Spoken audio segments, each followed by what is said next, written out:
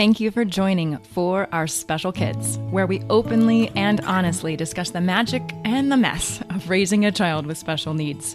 We are thrilled to have you here and hope this time provides you with some wonder and wisdom. I'm your host, Jennifer Lansing. Let's get started.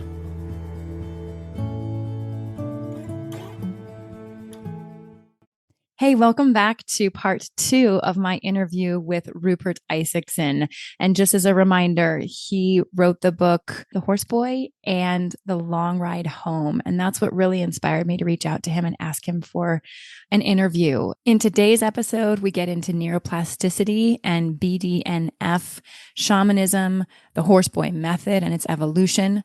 Rupert will answer a couple of the listener questions, and there's just a lot more in there. So I'm glad that you were patient with me and logged back in to hear the second part of his story. We pop right into where he's talking about homeschooling and how he started learning things that were starting to develop the Horse Boy method, and then how he reached out to neuroscientists to learn more. So I love it that you've joined me. I hope you enjoy. And as always, let me know what you think.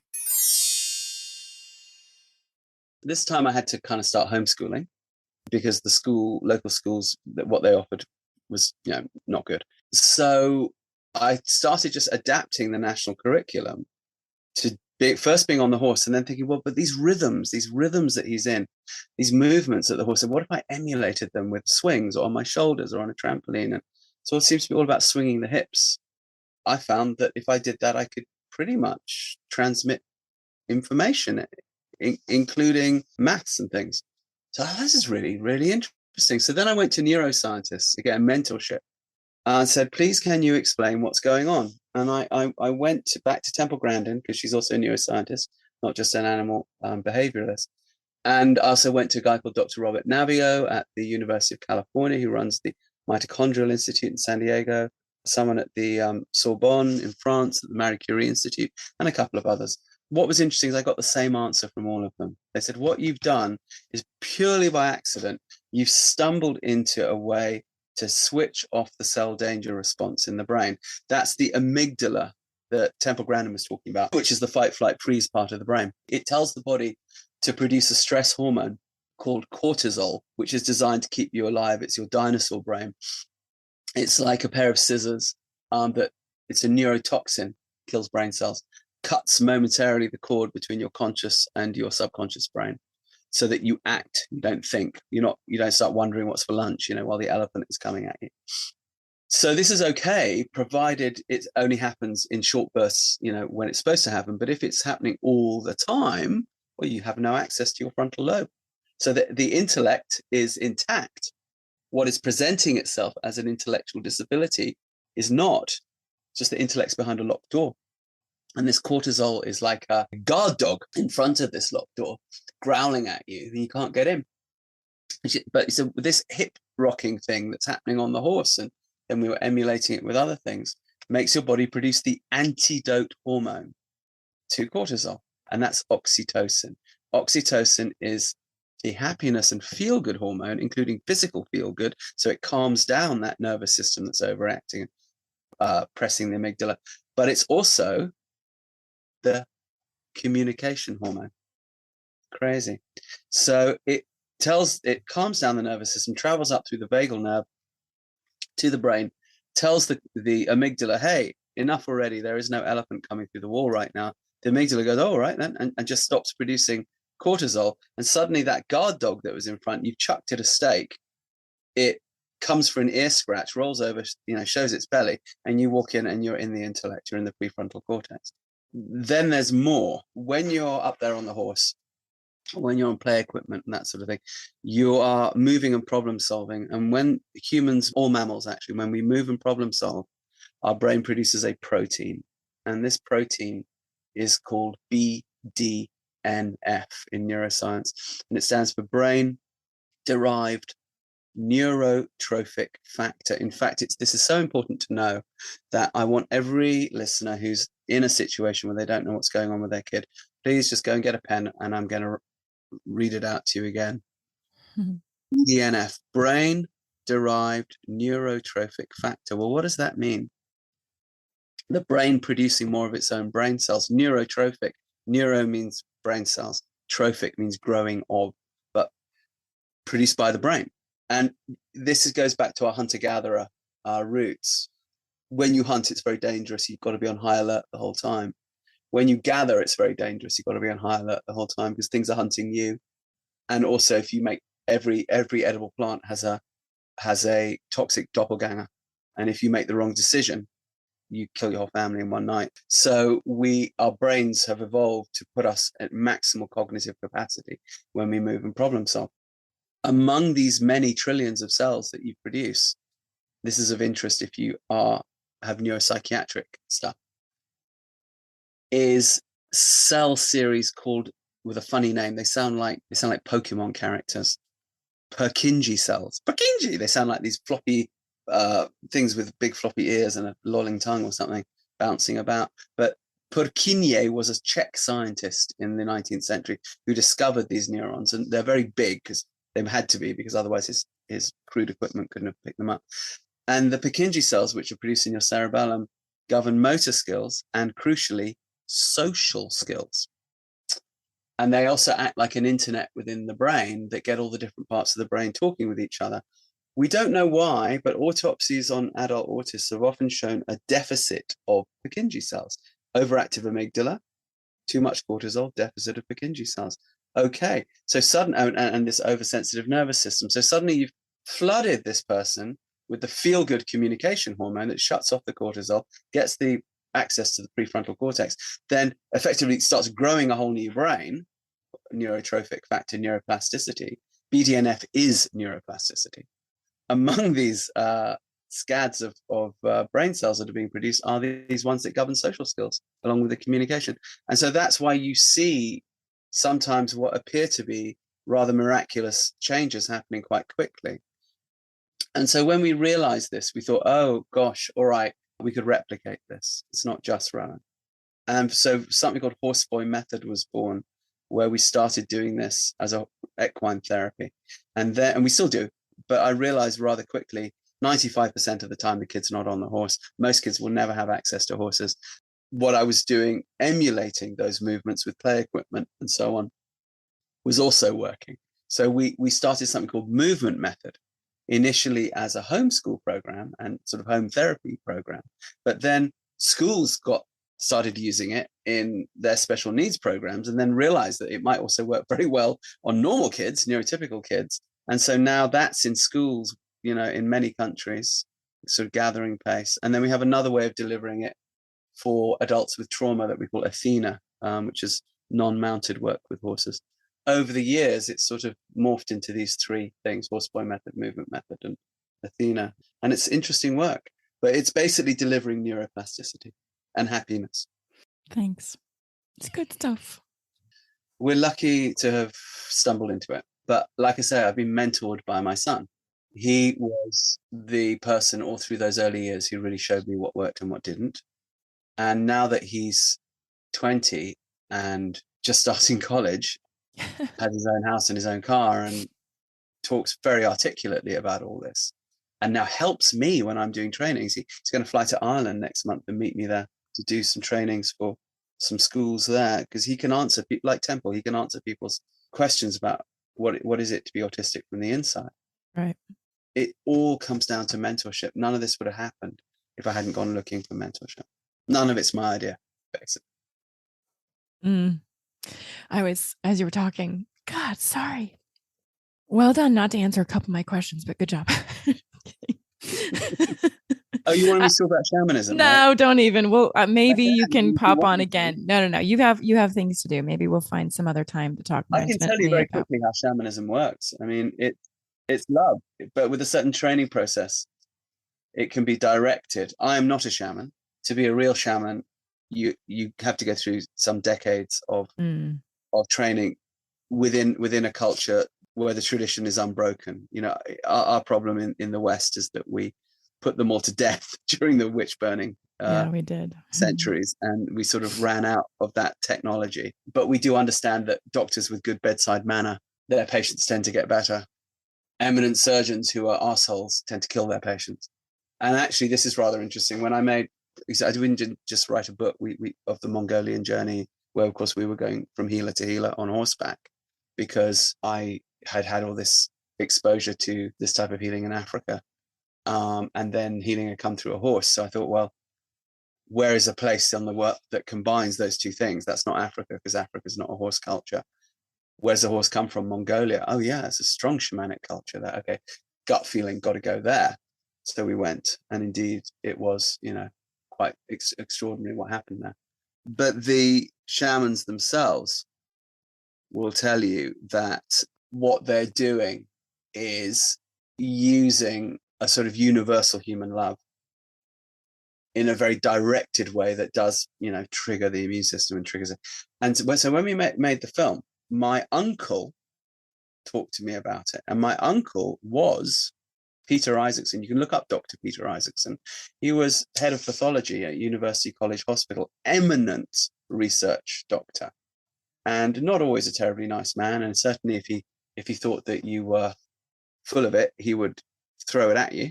And so I expected that to happen after he saw the film. We had a little private viewing for the family. And so I went up to him and I opened an imaginary umbrella, held it over my head, said, "Go on, take a shit, do your worst. Surf's up." Both barrels. And he said, "Actually, Rupert, this time I'm not going to take a shit." And I said, "Well, that's unlike you. Why not?"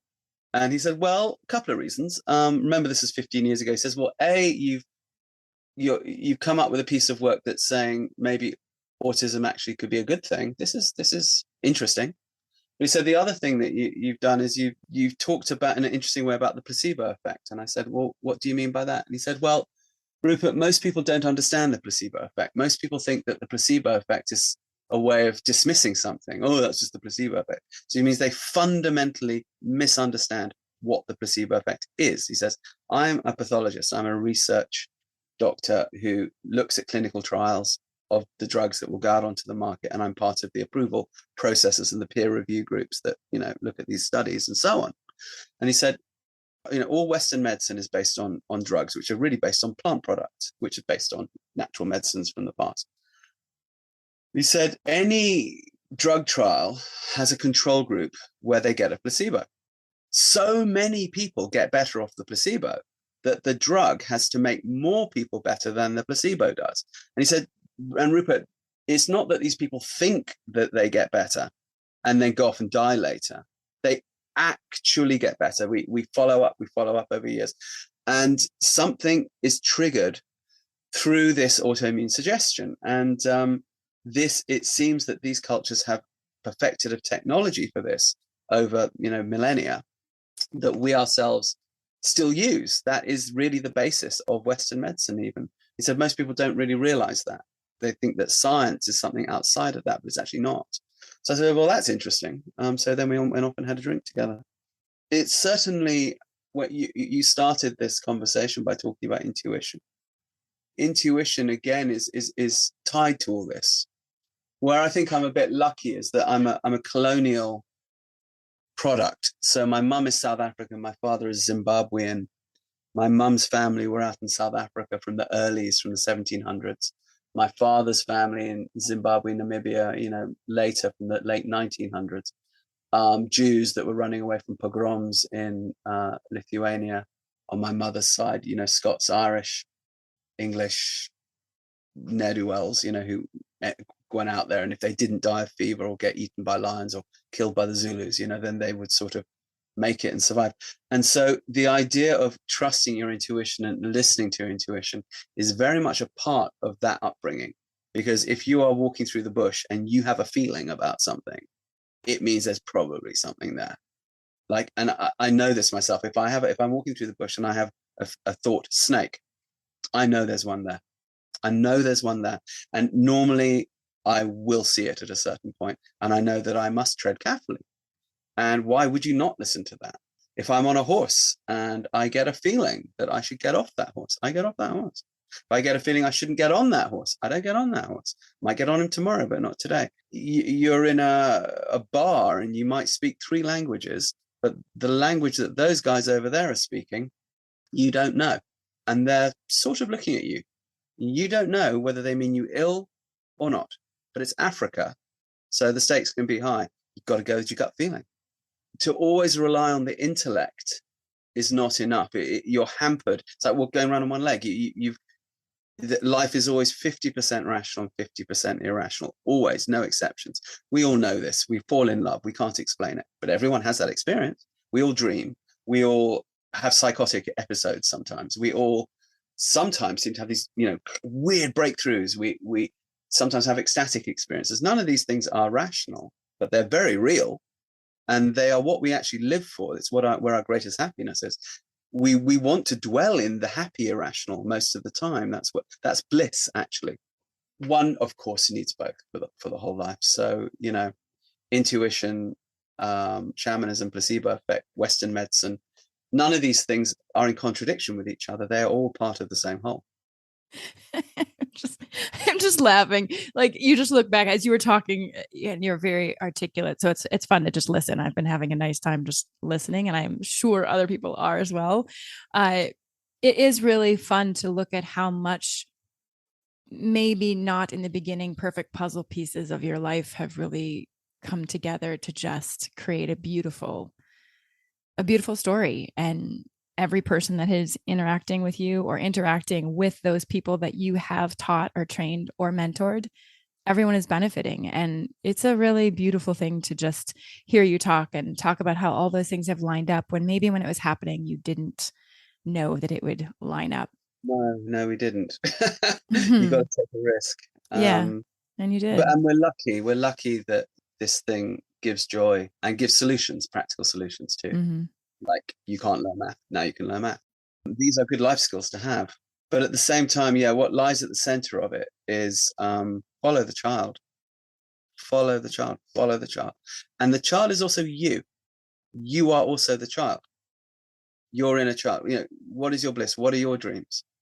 Because if the process of trying to follow your child's dreams is not also following your dreams, it's not sustainable. You'll run out of gas.